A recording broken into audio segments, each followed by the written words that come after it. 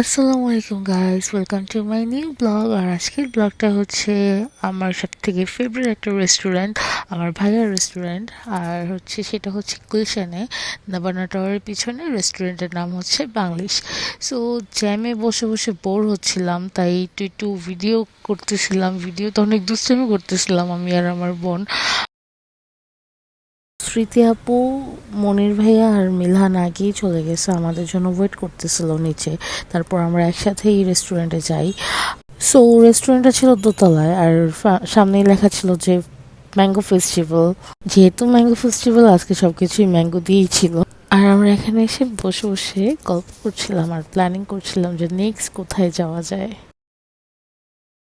So এখন একটু রেস্টুরেন্টের ভিতরের বাইরের ইন্টেরিয়র গুলো দেখেন। আর আমি নেক্সট টাইম গেলে দেয়ালে কি লেখা আছে ওগুলো সব কিছুর ডিটেলস ভিডিও দিব আর পিকচার দিব।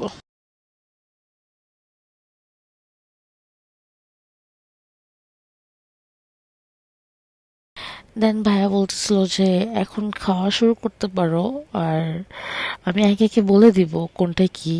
এটা ছিল ম্যাঙ্গো বাউল, তারপর ছিল নাচোস, তারপর আম ভর্তা, আমের একটা সালাদ, চাটনি আর পরোটা, ছানা ছিল, ভেজিটেবল চিকেন কারি আর ফ্রাইড রাইস আর নুডলস ছিল, আর 3 টাইপের জুস ছিল।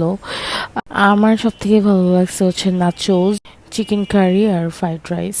আর কালারফুল লাগতেছে প্লেটটা অনেক। আর জুস ছিল 3 টাইপের, কাঁচা আমের জুস, পাকা আমের জুস আর লাচ্ছি। সো এখানে আমার বাবার রিয়েকশনটা দেখেন, মাশাল্লাহ। একটু হাসতে বলছিলাম, পরে দুষ্টামি করতেছিলাম ওদের সাথে। আর এদিকে একটু খাওয়া দাওয়ার পরে একটু ভিডিও করছিলাম। সো মিলহান আমাদের গাড়িতে চলে আসে, আর ভাবি আর অদিতি চলে যায় স্মৃতি আপুদের গাড়িতে। সো এই তো আমার বাবাটা চলে আসছে। দেন মিলহান, আমি আর ভাইয়া অনেক গল্প করতে করতে গান শুনতে শুনতে রওনা দিলাম। এদিকে একটু জ্যামে পড়ে গিয়েছিলাম, তারপর একটু সামনে যেয়ে আবার ভাবিদের সাথে আবার দেখা হয় রাস্তায়। সো ভিডিও করছিলাম, দুইজন দুজনের ভিডিও করছিলাম। আর আসসালামু আলাইকুম guys, thank you for watching. Tata, আল্লাহ হাফিজ।